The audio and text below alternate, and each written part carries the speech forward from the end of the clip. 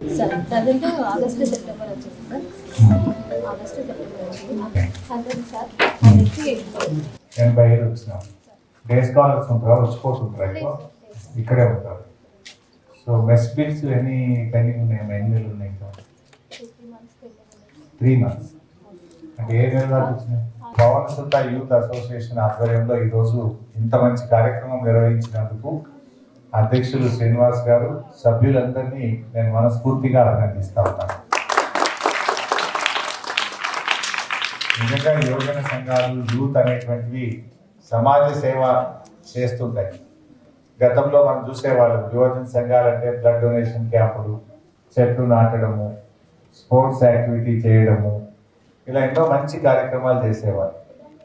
ఇలా ఇప్పుడు మీరు కూడా ఈ పేద పిల్లలకు మరి మంచి స్వెటర్స్, బ్లాంకెట్స్, వాళ్ళకి అవసరమైన సామాన్ ఇవ్వడం అనేది చాలా మంచి పరిణామం.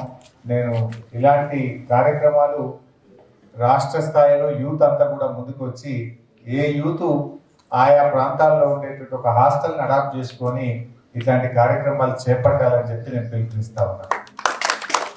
మంచిది, ఆ పిల్లల్లో ధైర్యం పెరుగుతుంది. మీరు సెలెక్ట్ చేసుకున్న స్కూల్ కూడా తల్లిదండ్రులు లేనటువంటి వాళ్ళు, తల్లి లేనటువంటి వాళ్ళు, అనాథ పిల్లలకు మీరే ఒక తోబుట్టులాగా, మీరే ఒక తల్లిదండ్రులాగా ఇంత మంచి కార్యక్రమం చేపట్టడం నిజంగా చాలా సంతోషం.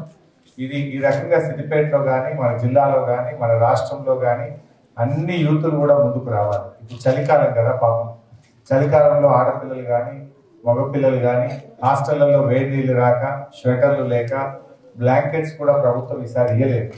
ఇవన్నీ కూడా ఇస్తూ అందరూ కూడా ఇట్లా ముందుకు రావాలి. మరి ఇలా పవన్ సుత యూత్ మార్గదర్శకంగా నిలిచింది.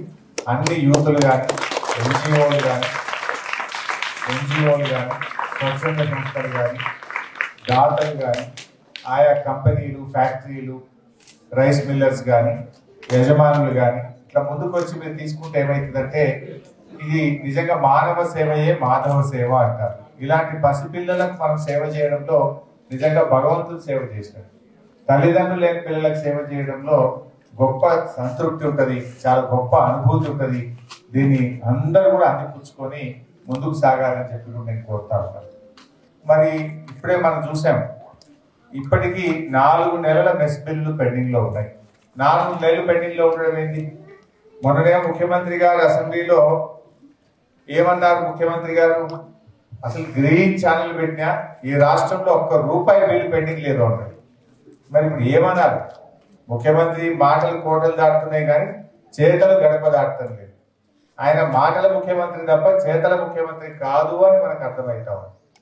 ఈ రోజు కూడా ఇక్కడ ఉండేటువంటి అర్బన్ రెసిడెన్షియల్ స్కూల్లో 4 నెలల నుంచి మెస్ ఛార్జీలు రాకపోతే ఆ పిల్లలకు నాణ్యమైన భోజనం ఎట్లొస్తుంది? ముఖ్యమంత్రి గారు అసలు పరిపాలన మీద మీరు పట్టు కోల్పోయారా?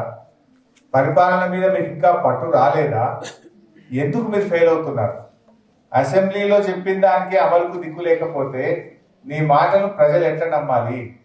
ఇప్పటికే బాండ్ పేపర్ మీద రాసిచ్చిన 6 గ్యారెంటీలు ఉత్తయ్య అయిపోయినాయి. బాండ్ పేపర్ మీద ఇచ్చిన 6 గ్యారెంటీలకు అడ్డీ లేదు, గడ్డి లేదు. మహాలక్ష్మి 2500 వచ్చింది లేదు, వృద్ధులకు 4000 పెన్షన్ వచ్చింది లేదు, తులం బంగారం వచ్చింది లేదు. అన్ని కూడా మాటలు చెప్పినాము.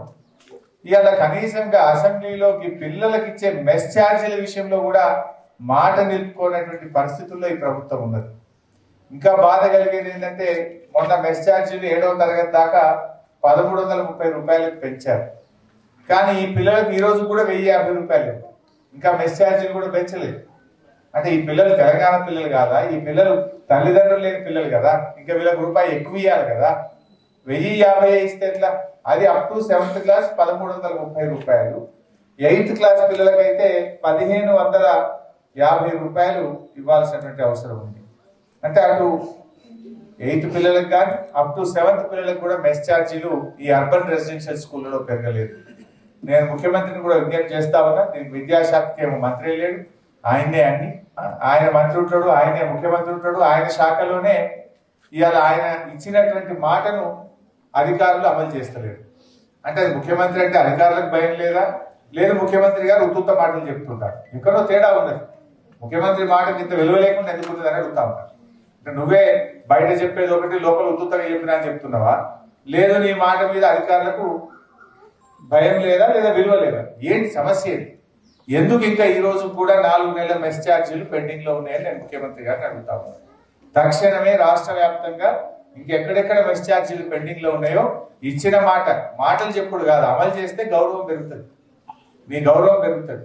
తక్షణమే అన్ని చోట్ల కూడా నవంబర్ నెల వరకు మెస్ ఛార్జీలు వెంటనే విడుదల చేయాలని చెప్పి మేము డిమాండ్ చేస్తా ఉన్నాం. ఈ రోజు ఇక్కడ చూస్తే 4 నెలల మెస్ ఛార్జీలు పెండింగ్ లో ఉన్నాయని పరిస్థితి. అదేవిధంగా ఈ పిల్లలకు కాస్మెటిక్ ఛార్జెస్ ముందే అనాథ పిల్లలు, ఇవాళ కాస్మెటిక్ ఛార్జెస్ ప్రభుత్వం 7వ తరగతి దాకా 150 రూపాయలు చేసింది. మరి ఈ పిల్లలకు ఈ రోజుకు 100 రూపాయలే వస్తుంది. ఈ పిల్లల కాస్మెటిక్ ఛార్జెస్ కూడా 150 రూపాయలకు పెంచాలి. 8th క్లాస్ వాళ్ళకైతే 200 ఇవ్వాలి. ఇక్కడ 8th క్లాస్ పిల్లలకు 100 రూపాయలే వస్తుంది. దాన్ని కూడా 200 రూపాయలకు పెంచి మేము ఈ కాస్మెటిక్ ఛార్జెస్ కూడా 4 నెలల నుంచి పెండింగ్ లో ఉన్నాయి, వాళ్ళకి తక్షణమే అందించాలని చెప్పి కూడా మేము డిమాండ్ చేస్తా ఉన్నాం. ఇంకా పిల్లలకి హెయిర్ కటింగ్ చేసుకోవాలన్నా, ఇంకా కొబ్బరిని పెట్టుకోవాలన్నా ఆ కాస్మెటిక్ ఛార్జెస్ అవసరం కాదు. తల్లిదండ్రులు లేని పిల్లలు వీళ్ళ పట్ల ఇంకా ప్రభుత్వం మరింత బాధ్యతగా ఉండాలి, కానీ ప్రభుత్వ తీరు బాధ్యత రహితంగా ఉండదు. ఇది చాలా దురదృష్టకరం. నేను ముఖ్యమంత్రి గారిని డిమాండ్ చేస్తా ఉన్నా, తక్షణమే మెస్ ఛార్జీలు 1 రూపాయి కూడా పెండింగ్ లేకుండా రాష్ట్ర వ్యాప్తంగా విడుదల చేయండి, రివ్యూ చేయండి. అసలు మీ శాఖలు మీరే, విద్యాశాఖ మంత్రి మీరే, సాంఘిక సంక్షేమ శాఖ మంత్రి మీరే, గిరిజన సంక్షేమ మంత్రి మీరే, మైనార్టీ సంక్షేమ శాఖ మంత్రి మీ కిందనే ఎస్సీ ఎస్టీ మైనారిటీ గురుకులాలన్నీ కూడా ఉన్నాయి. ఇవన్నిట్లలో కూడా పెండింగ్ ఉన్నాయి. ఈ అర్బన్ రెసిడెన్షియల్ స్కూల్స్ విద్యాశాఖ కింద సర్వశిక్ష అభియాన్ కింద నడుస్తూ ఉంటాయి. కేంద్ర ప్రభుత్వం ఎప్పుడో డబ్బులు ఇచ్చింది ఎస్ఎస్సీ కింద, ఢిల్లీ పైసలు ఇచ్చినా గల్లీ విడుదల చేస్తలేదు, రాష్ట్ర ప్రభుత్వం విడుదల చేస్తలేదు. సో మీరు రిలీజ్ చేయండి, పెంచిన ఛార్జీలు కలిపి ఇవ్వండి. ఎందుకు ఈ పిల్లల్ని ఇట్లా ఇబ్బంది పెడతా ఉన్నారు? ఏ విషయంలో కూడా ప్రభుత్వం మాట నిలుపుకోవడం లేదు. చెప్పేది ఒకటి, జరుగుతున్నది ఒకటి. మాట్లాడుతున్న దానికి, క్షేత్రస్థాయిలో అమలు జరుగుతున్న దానికి పొంతన లేకుండా పోయింది. ప్రభుత్వంలో పరిపాలన అనేది అసలు ఎక్కడ కూడా పొంతన లేదు. శాసనసభలో చెప్పి కూడా అమలు కాకపోతే ఆ సభకే గౌరవం ఉంటుంది. శాసనసభ ఇచ్చేది కూడా తీయబడుతుంది. శాసనసభ పరువును, శాసనసభ ప్రతిష్టను కూడా మంట కలుపుతున్నారు మీరు. శాసనసభలో చెప్పి కూడా మెస్ బిల్లులు పెండింగ్లు ఉంటే ఇది ఏం ప్రభుత్వం, ఈయన ఏం ముఖ్యమంత్రి, ఆయన ఏం ఆర్థిక మంత్రి? మరి ఈ రకంగా మీరు మాటలైతే ప్రతిపక్షం మీద దాడి చేస్తూ ఉంటారు, కానీ ఎక్కడ అమలు అవుతున్నటువంటి పరిస్థితి లేదు. ఇప్పటికైనా రివ్యూ చేసుకొని రాష్ట్రంలో అన్ని మెస్ బిల్లులు తక్షణమే విడుదల చేయండి.